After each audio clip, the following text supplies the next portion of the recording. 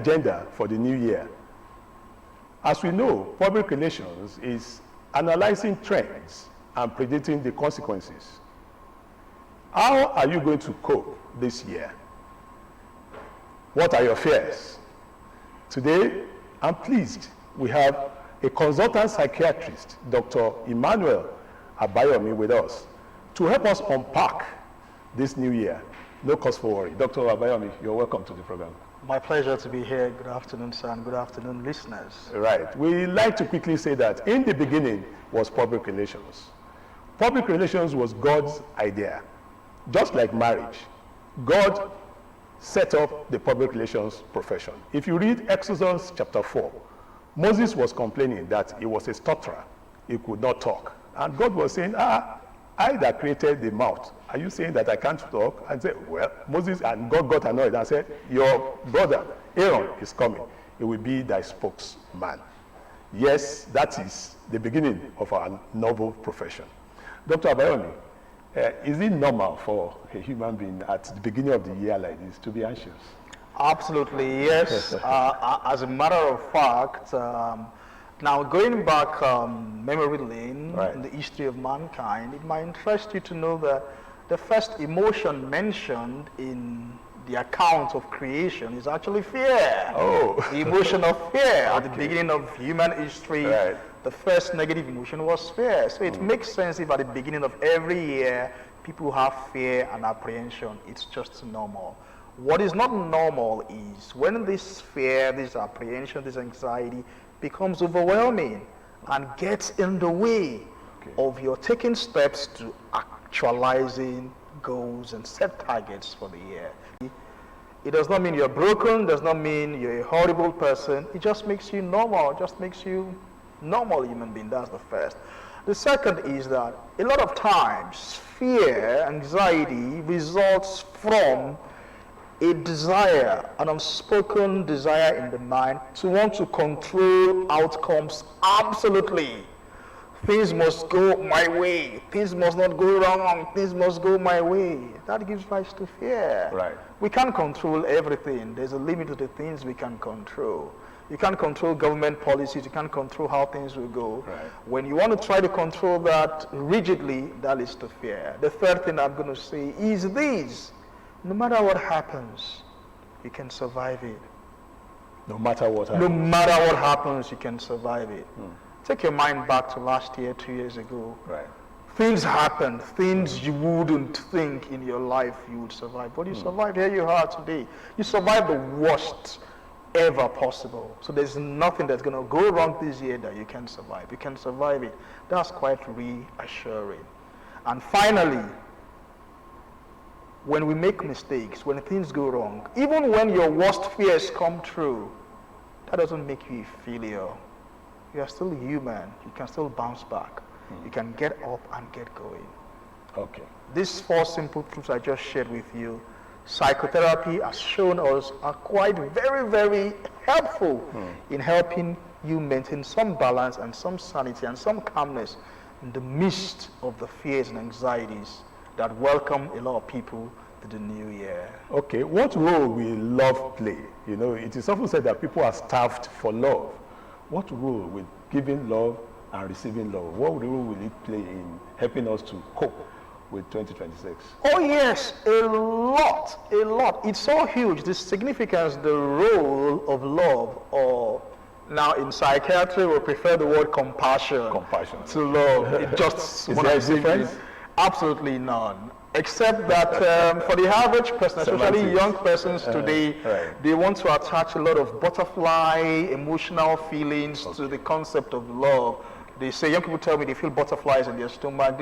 They feel emotion, they call it. Emotion. The concept of love becomes a little bit emotional, fantasy ideas. But compassion is more grounded, is more solid. Right. Now, its role in helping people stay sane in the new year is so huge that there's a new field, a new study of psychotherapy that calls itself compassion-focused therapy.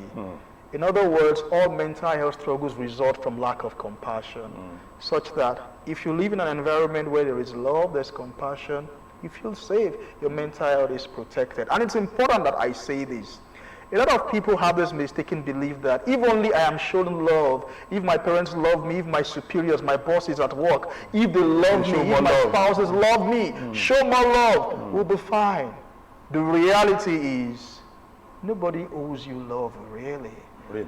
Nobody really owes you love. It is not written in the Constitution anywhere that you must be loved by someone. Doesn't have a legal thief. No, not at all. However, you can do yourself a lot of mental health good if you learn to show compassion on yourself. Right. Love yourself. One of the biggest commands in one of the holy books is love your neighbor as you love yourself. And this is significant because no matter your best plans and efforts for the year, you don't run the universe. Things may go wrong. Okay. The universe does not obey your commands. Right. If things go wrong, what do? Beat yourself, be hard on yourself, pick stones and cut yourselves, or show yourself some compassion. Be kind on yourself, be gentle on yourself. When you do that, you'll be amazed at the relief, the calm, the serenity your mental health will enjoy, and how you will blossom as an individual, professionally, and in your career. Compassion. Okay, what of working with toxic people? You know, when you work with people who are toxic, they hate you, they don't like you, and then, so what do you do? What's your advice when you are in a hostile environment? What do you do? Well, my advice, I'll reduce to 3. Okay. The first is, if you work in a toxic environment that has systems and structures that are obeyed, then please do not hesitate. Go through the normal protocol, normal procedure, standard operating procedure, and report. You have a boss who is toxic and there's a system that runs efficient as a structure. Please make your formal complaint and that will be appropriately dealt with. However, a lot of times, some of the systems we find ourselves in are not ideal. Okay. Yeah, the more you report, reporting puts yourself at greater risk at being victimized, and you may get fired. Right. So that leads me to the second bit of advice. You find yourself in a very, very toxic environment. There's no structure. There's no efficient system. It's self-accountable system. Take effort at protecting yourself. Take effort at protecting yourself. How do you protect yourself? Great. All right. Now, I'll start with the very drastic ones. Okay. Then I'll come to the simpler ones. The really very drastic one is, if you can, resign. Okay. Or rather, you're jobless and in good health and only be hungry than die or break down mentally on a full stomach. Okay. It does no man no good to have a job and is in the grave or is in the mental health facility because he broke down from the toxicity in a workplace environment. So resign, you get another job. I know that's very drastic. Now the other measures you can put in place if resigning is too drastic, is avoidance. Okay. As much as possible, avoid contact with such persons. Now, there are some people, no matter how hard you try, you really can avoid them, especially if you're in the same office space. Now, ventilate is what we do.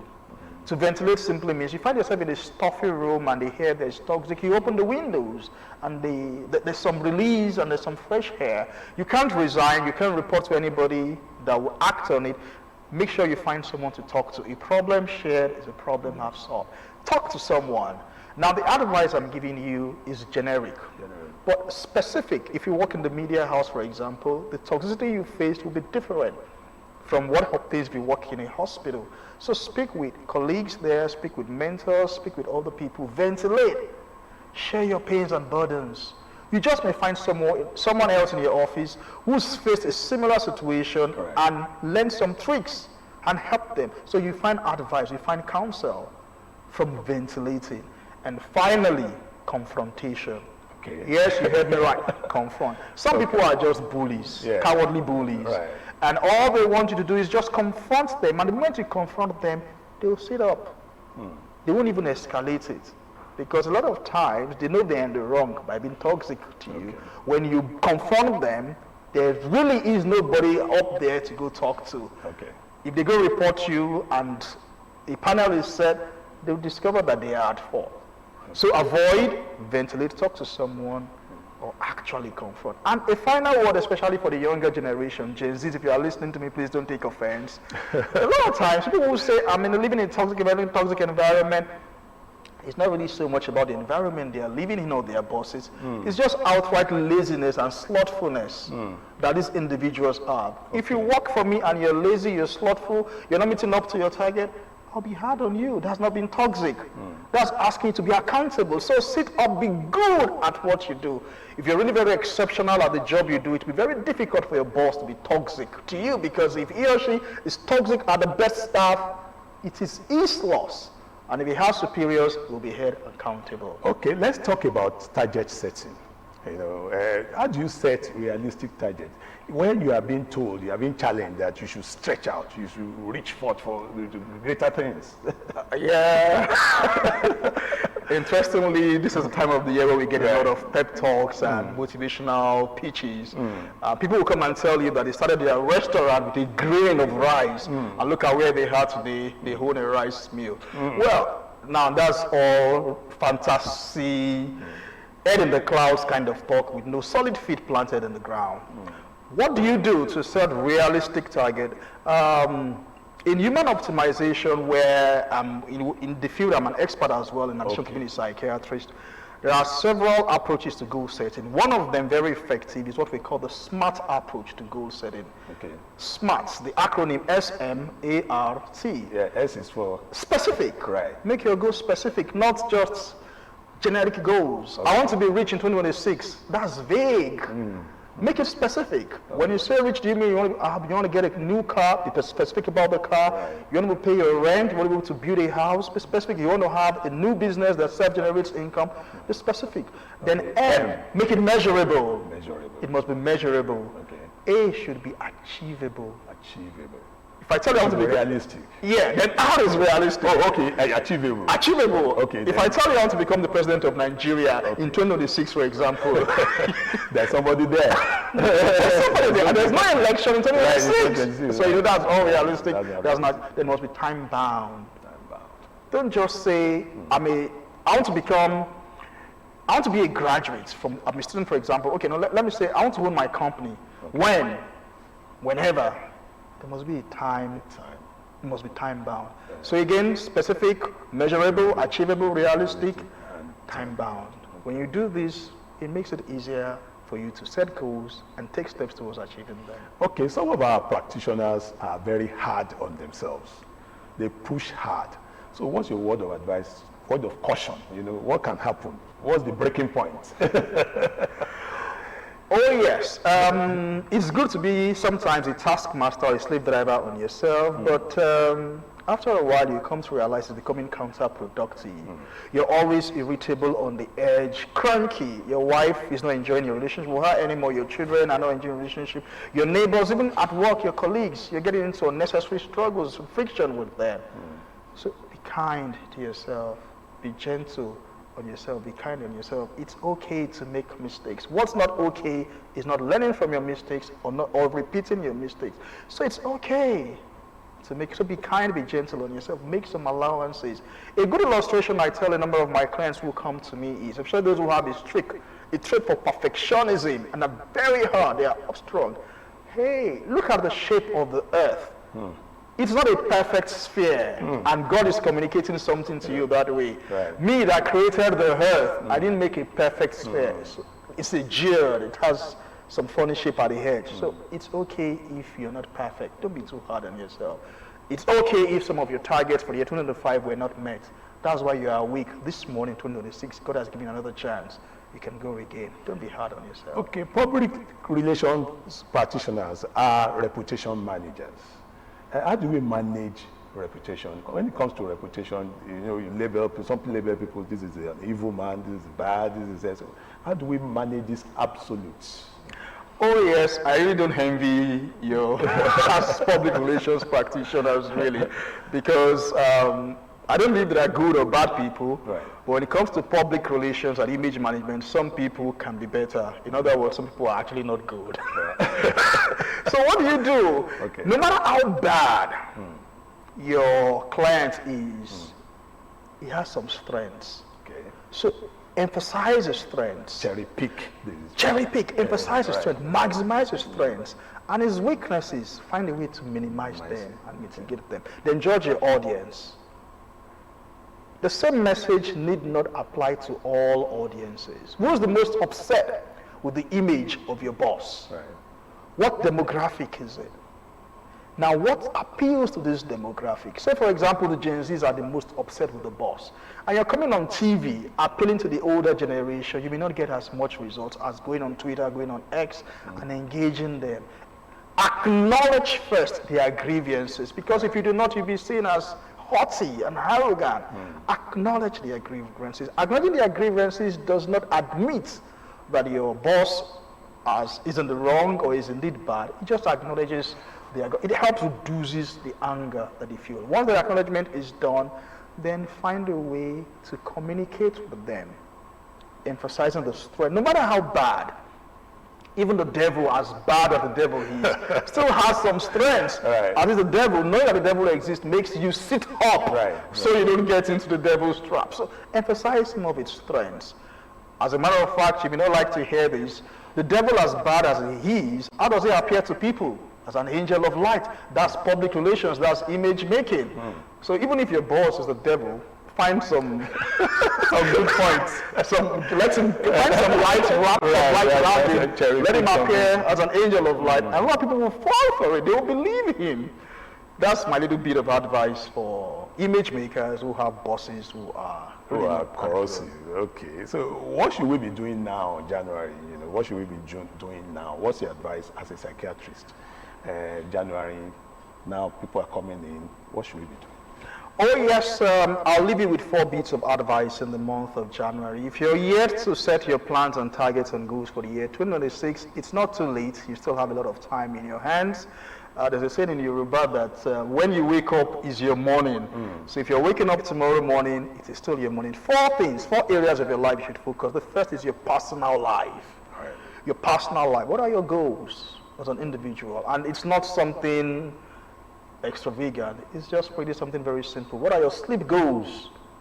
Because it all boils down to you and how much sleep you get at the end of the day. Your best decisions. Why is that important? Oh, why is sleep important to the professional?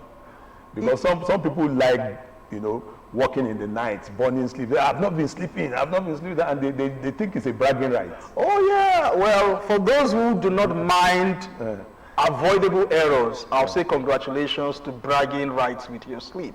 But research has shown that when you sleep, your brain has room to rest and refresh and regenerate.